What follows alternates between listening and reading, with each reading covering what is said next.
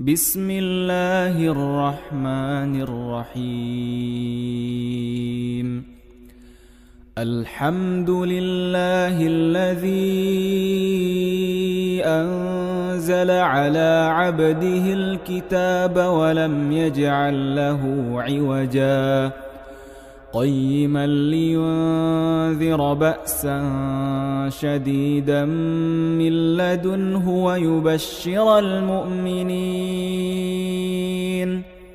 ويبشر المؤمنين الذين يعملون الصالحات أن لهم أجرا حسنا ماكثين فيه أبدا وينذر الذين قالوا اتخذ الله ولدا ما لهم به من علم